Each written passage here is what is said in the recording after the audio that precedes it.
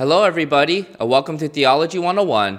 Today, I will talk about what it means to be a witness for Christ. It is not popular today to be a witness for Christ. People don't have a problem with Christians if we keep our views to ourselves, right? And it is understandable why some people don't like Christians. Some Christians have done a poor job of being witnesses for Jesus. So what does it mean to be witnesses for Christ? Let's look at what Jesus had to say. You are the salt of the earth, but if salt has lost its taste, how shall its saltiness be restored? It is no longer good for anything except to be thrown out and trampled under people's feet. Now, Jesus is giving an indicative and not an imperative. He is not saying to do something to become like salt. He is saying that we are salt in our very nature. And when he says you, it is in the plural. This means that Jesus does not call us to be salt individually, but within the context of a community. What kind of effect will Jesus' kingdom citizens have in this world? They will have a similar effect to salt. What does this mean? Salt is very common today, but back in Jesus' day, salt was very valuable. There was a historian that wrote this: the world cannot endure without salt. Salt was so valuable during this time that Roman soldiers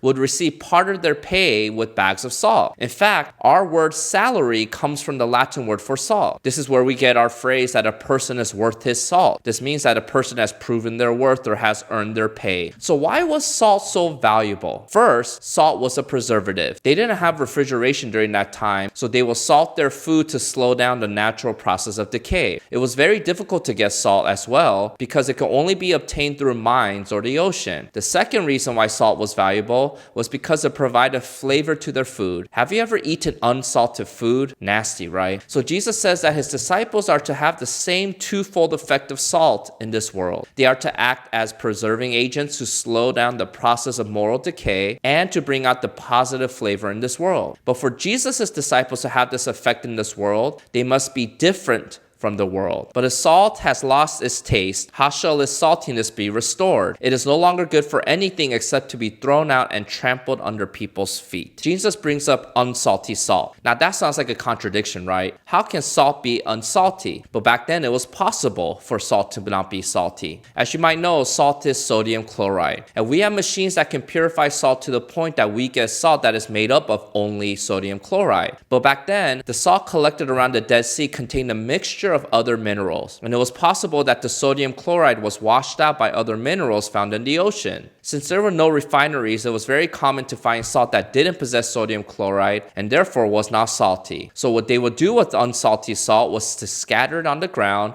or soil, which will help harden the soil, or they will scatter it under roofs to harden the material to prevent leaks. Jesus says that if his disciples are to be salty, they must retain their saltiness. They must be different from the rest of the world. How are we different from unbelievers? Through the gospel. When God saved us by grace, he transformed our nature by placing the Holy Spirit within us so that our desires would change over time. He transformed us from the inside out so that we would go back into the world and fulfill the purpose of being the salt to slow down moral decay and bring out the flavor of the world. Remember that this statement isn't indicative. This is not something we try to look like by obeying a bunch of rules. It is something we already are because we are united to Christ through faith. Also, as the salt of the earth, we must not be detached from the world. Jesus calls us the salt of the earth and not the salt of the salt shaker. In other words, if we never come out of our salt shaker, even if we truly are salt, we have no effect. If your meat is bland, bringing the salt shaker next to your meat doesn't change anything. Only when the salt is taken out of the shaker and rubbed into the meat does the salt both preserve the meat and flavor the meat. In the same way, if we only stay with other salt in our salt shakers and never come out, we won't have any effect on the rest of the world. Even if we live near unbelievers, unless we are willing to come out of our salt shakers, interact and get into the world of unbelievers, then we won't influence them. Then Jesus transitions to a different metaphor to explain what it looks like to be his witnesses. You are the light of the world. A city set on a hill cannot be hidden. The word you is emphasized. You, not them, but you are the light of the world. The government is not the light of the world. Apple and Amazon are not the light of the world. Jesus says, you, my disciples, my kingdom citizens, are the light of the world. Now, this title should have taken his disciples by surprise. The reason is because Jesus identified himself as the light of the world. So how are we the light of the world if Jesus is the light of the world? Well, Jesus is the source of light,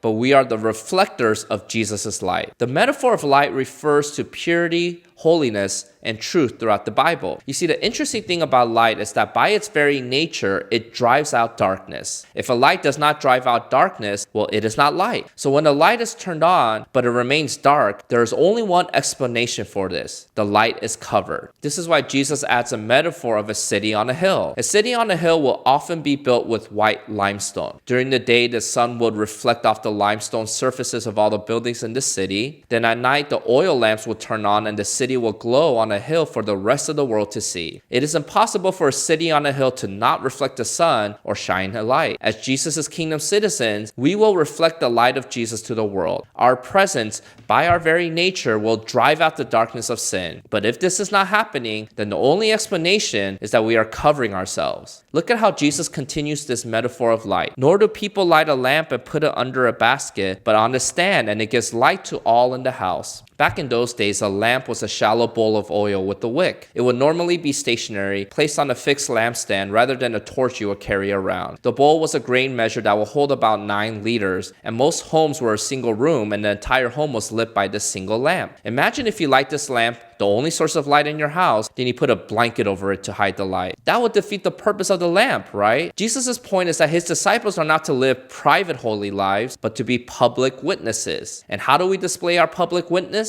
In the same way, let your light shine before others, so that they may see your good works and give glory to your Father who is in heaven. This is the first commandment of Jesus. Let your light shine through your good works. We are to do good works in such a way that God gets all the credit. Now, this is very difficult to do because when we do something good, we like to be recognized, right? Notice what Jesus later says about people who do good works in order to be recognized. Beware of practicing your righteousness before other people in order to be seen by them, for then you will have no reward from your Father who is in heaven. Jesus is not saying to go out and show everybody how good you are. He says to do your good work so that people do not applaud you, but they give glory to God. The difference between those who do good works to be noticed by others versus those who do good works to give glory to God has to do with the person's attitude. How does this look? The greatest example of a person who was salt and light is Jesus. Jesus was different from the world, yet he did not separate from the world. He spoke truth and shined the light of God to others. He lived in such a way that people gave glory to God because of his good work. And as his citizens, we are to continue Jesus' effect on society. Thank you to today's sponsor, On Reverence. They offer a free digital worship music app called Masco. If you want to find out more, I'll leave some links below in the description box. If you missed the last video about why making peace matters to God, I'll leave a link here for you to watch. And until next time, see you.